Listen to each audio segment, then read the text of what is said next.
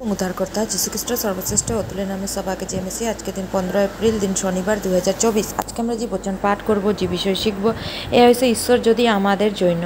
আসলে আমরা দেখি পবিত্র শাস্ত্রের বিষয় কী কয়। আমরা পাঠ করব রোমিও 8:31। আসলে আমরা পাঠ করি, এখন আমরা এইসব বিষয়ে কি বলবো? যখন আমরা আমাদের পক্ষ, তখন কে আমাদের বিরুদ্ধে হতে পারে?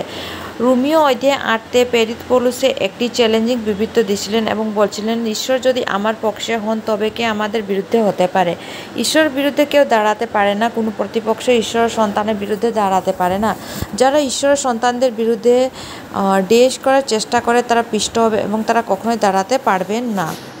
প্রেরিত পৌলুসে বলছিলেন, ঈশ্বর যদি আমাদের জন্য হল, প্রথমত আমাদের নিজেদের পরীক্ষা করতে হবে এবং জানতে হবে প্রভু আমাদের সঙ্গে আছেন কিনা। আমাদের পাপ আমাদের ঈশ্বর থেকে দূর নিয়ে যাওয়া উচিত নয় এবং আমাদের জঘন্য জীবনের জন্য তিনি আমাদের থেকে দূরে থাকবেন না।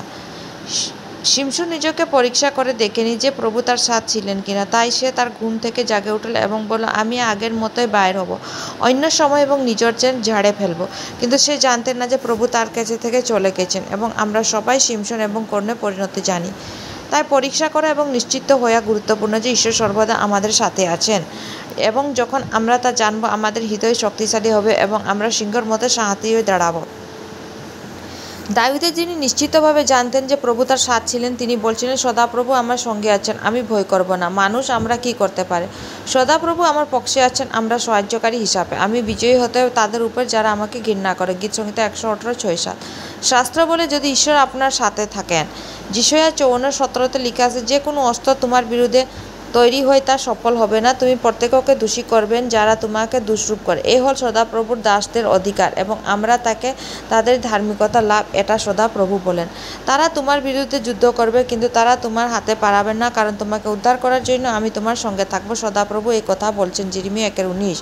মহান প্রভু যিনি আমাদের জন্য এমনকি ট্রিলিয়ন বিরোধীতে একত্রিত হলো আমাদের ঈশ্বর তাদের সবার চেয়ে মহান। এমনকি যদি স্বর্গীয় স্থানে দুষ্টতার সমস্ত আধ্যাত্মিক কষ্ট আপনার বিরুদ্ধে আসে, আমাদের প্রভু মহান। শাস্ত্র বলে, 1 জোহন 4:4-তে, প্রিয় সন্তানেরা তোমার ঈশ্বর থেকে এবং এই শুভ ভাবাবাদীকে গুলিকে জয় করছে, কারণ যিনি তোমাদের মধ্যে আছেন তিনি জগতের মধ্যে যে আছে তার থেকে মহান। সেই দিনগুলিতে গলিয়াতকে ইসরায়েলদের চোখে মহান বলে মনে হয়েছিলেন। 16 চোখ গলিয়াত ছিলেন এবং শক্তিশালী যোদ্ধা এবং একটি দৈত্য। তার সবাই গলিয়াতকে নিজের সাথে তুলনা করছেন এবং গলিয়াতকে মহান বলে মনে করছিলেন। কিন্তু দাউদে প্রভুকে তার সামনে রাখলেন এবং গলিয়াতকে ছোট এবং তুচ্ছ মনে করলেন।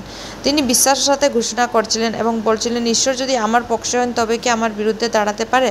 দাউদে সেই ফিলিস্টিয়ানকে এবং আঘাত করে মারে ফেললেন এবং বিজয় হয়েছিলেন। ধ্যান করার জন্য সন্ধ্যার জন্য যে শুক্ল হয়েছে গীতসংহিতা 118:5। আসলে আমরা পাঠ করি পবিত্র শাস্ত্র আজকে কী কয়। আমি সংকটের মধ্য থেকে সদাপ্রভু ডাকলাম, সদাপ্রভু আমাকে উত্তর দিলেন এবং আমাকে মুক্ত করেন। আজকে পবিত্র বচনগুলো পড়ার যুগে প্রভু যিশু পড়বার শুনবার সবাইকে আশীষ করবেন। ধন্যবাদ। আমেন। হালেলুয়া।